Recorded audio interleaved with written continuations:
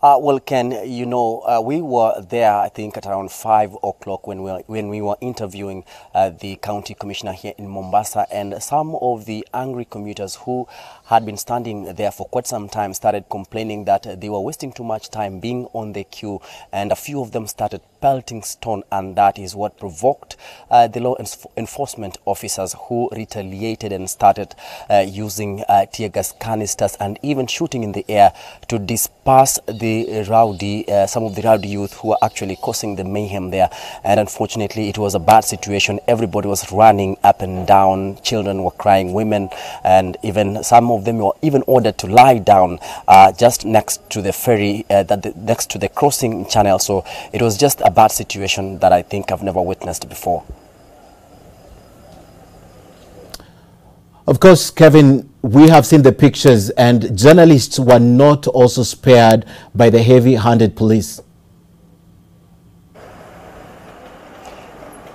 Well, Ken, that is really true, and it was a terrifying moment because myself, I wasn't even expecting to see that. And it all started when I heard one of the police officers said that get these people out of here. He said it in Swahili, toa hawa watu hapa. And that is when now that police officer who assaulted my colleague Peter Wainaina moved in and now started ordering us to switch over our cameras and vacate the place. And he started complaining that we were filming the entire situation that was happening at that particular time, and that was not pleasing at all to him, and that is why he had to do what he did, which is, I think, not justifiable, because I think we were there after the president just the other day said that the media was part of the essential service providers during this time of the curfew. And of course we were there after we had received several complaints from members of the public complaining that it was taking them a much longer time, even up to more than 2 hours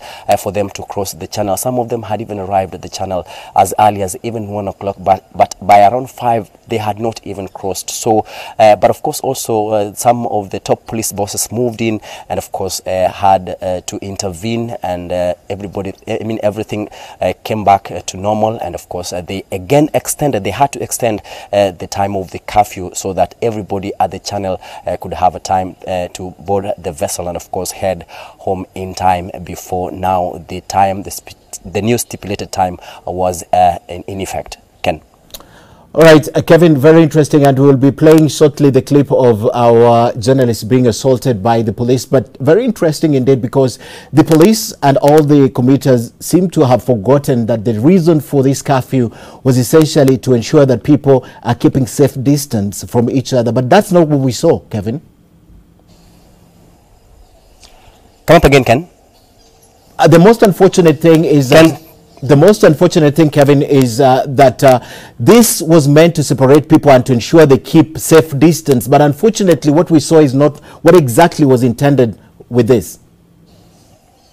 Well, of course, actually, Ken, that is really true, because even as early as from 3 p.m. when we were filming and covering some of this, how the situation was from both sides of the channel, we even saw some of the residents complaining that how they were even allowed to stand in the queue. That was not what the social distancing regulation actually was meant for, because they were really stuck, standing next to each other. And it was also another chance that even some of them feared that if indeed, God forbid, that anyone had the virus, that then of course it could have been a disaster. But anyway, according to the authorities, they said that that was the only way to ensure that the minimum number of commuters as possible were allowed to board the ferry. But in the waiting areas, there's a lot that really the authorities had to do to ensure that residents, the numbers of residents in those particular waiting areas were also contained in a way that they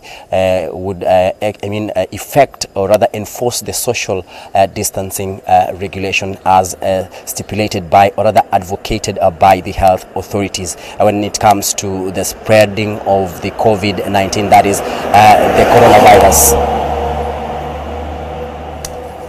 All right, Kevin Mutai, thank you very much. Kevin Mutai reporting from Mombasa.